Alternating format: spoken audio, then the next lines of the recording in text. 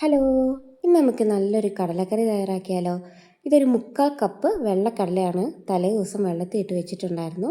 ഇനി ഇത് വേവിക്കാനായിട്ട് കുക്കറിലോട്ട് ഇട്ട് കൊടുക്കുക. ആവശ്യത്തിനനുസരിച്ചുള്ള ഉപ്പ് ചേർത്ത് കൊടുത്ത്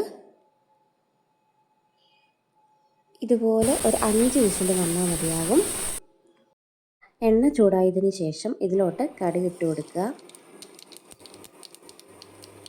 കടുക് പൊട്ടിയതിന് ശേഷം സവാള ചേർത്ത് കൊടുക്കുക. ഞാനിവിടെ 2 സവാളയാണ് എടുത്തിരിക്കുന്നത്. ഇനി ഇതൊന്ന് വഴണ്ട് വരാനുള്ള കുറച്ച് ഉപ്പിട്ട് കൊടുത്താൽ മതിയാകും. ശ്രദ്ധിക്കുക, നമ്മൾ ഓൾറെഡി കടലയിൽ വേവിക്കാൻ ഉപ്പിട്ടിട്ടുണ്ട്. ഇനി ഇതിലോട്ട് 2 കീറിയ പച്ചമുളക്, ഇഞ്ചി, കറിവേപ്പില എന്നിവ ചേർത്ത് കൊടുത്ത് വഴറ്റിയെടുക്കുക.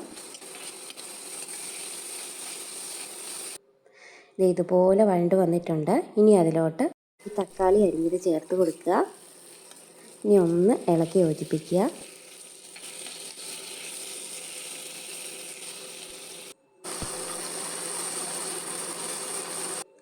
ഇതുപോലെ വഴണ്ട് വന്നതിന് ശേഷം ഇനി ഇതിലോട്ട് മഞ്ഞൾപ്പൊടി, മുളക് പൊടി, മല്ലിപ്പൊടി എന്നിവ ചേർത്ത് ഇതുപോലെ ഒന്ന് ഇളക്കി യോജിപ്പിച്ച് കൊടുക്കുക. ഇതുപോലെ ആയി കഴിയുമ്പോൾ ഇതിലോട്ട് നമ്മൾ വേവിച്ച് വെച്ച കടല ഒഴിച്ചു കൊടുക്കുക. ഇനി ഇതൊന്ന് യോജിപ്പിച്ച് കൊടുക്കുക. യോജിപ്പിച്ച് കൊടുത്തതിന് ശേഷം ഒരു 5-6 മിനിറ്റ് ഇത് മൂടി വെച്ച് ഒന്ന് വേവിച്ചെടുക്കണം.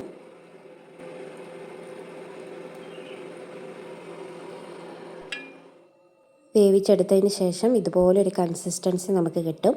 ഇനി ഇതിലോട്ട് 3/4 കപ്പ് തേങ്ങാപ്പാൽ ചേർത്ത് കൊടുക്കുക. ഇനി ഇത് തീ കുറച്ച് വേണം നമ്മൾ വേവിച്ചെടുക്കാൻ.